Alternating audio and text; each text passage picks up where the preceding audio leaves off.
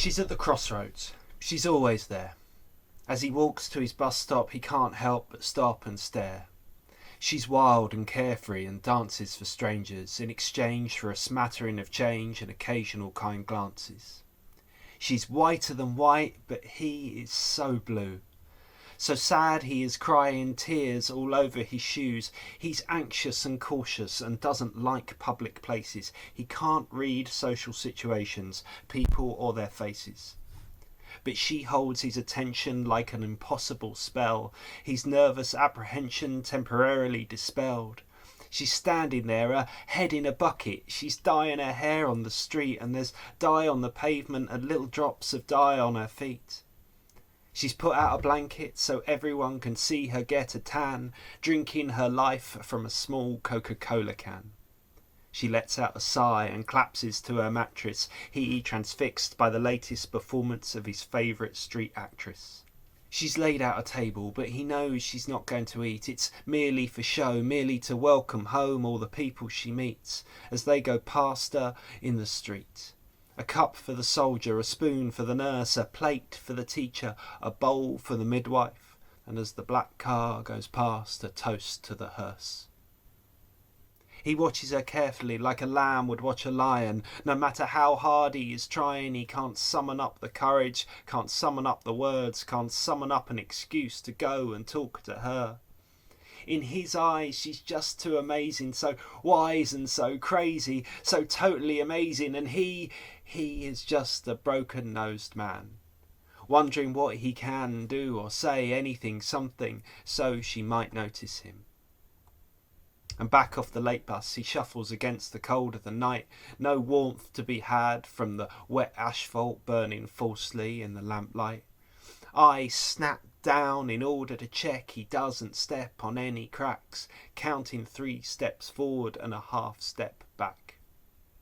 He stops and regards her and curses his nerves, tries to remember the coping mechanisms he has learned, how to stay calm, the measure slow breaths. He makes to sip from his hip flask, but there's nothing left. Then without thinking, without warning, without looking, without counting, he steps out. He can't stop it. He crosses the road, stands right beside her and reaches into his pocket. He hands her the packet he keeps in his jacket just for this purpose or in case he gets nervous, and he asks her for a light. She smiles wide and says, "You sure you got that right?"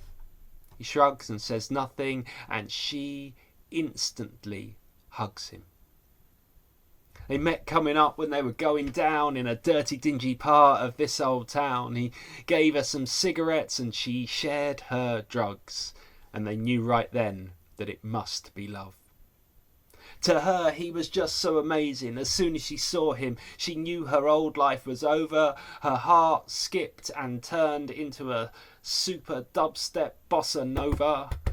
This gentle boy, to her crazy flame, without pride or expectations, without shame. A lunar calm to her fierce son, her wild spirit, his quiet soul, to make them complete, make them whole.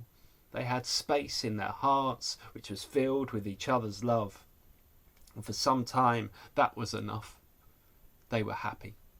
Oh, so happy with what she does and how she does and why he does the things he does and what he wants to know and where she wants to go and who they want to be and what it is to be free, what it is to be free. Yet she still needs to get high. It's her way to try and hide, so she cheats and lies, the ugly truth disguised as pillow talk whispers, easily dismissed as nonsense and silly, a forget about it, a don't mind me, but they cut to the quick, they scratch and they stick. But when she comes down, and shade falls upon her face in a frown, when she loses her edge and the edge consumes her instead, when she falls from the rapture, her fault lines fracture and burst at the seams, she is shallow and sallow and withdrawn and mean. He can only stand and watch her fall apart, that beautiful wreckage that stole his heart. He trusts her as far as he can throw her, and right now that's out that window. She licks his face, dribbles on his shoulder, mumbles senseless in her doped-up scrawl. She gets a glass of water and he watches her crawl. He can't help himself, but he allows her to take another dab of powder. Standing naked, she's getting colder, wraps her thin waist in a blim-burnt shawl, smiles, eyes closed at it all. She lays down like how he first found her, her perfect body folded over. She might grow restless but never older. She is fading slowly, she is falling apart, this beautiful wreckage, his burnt out star.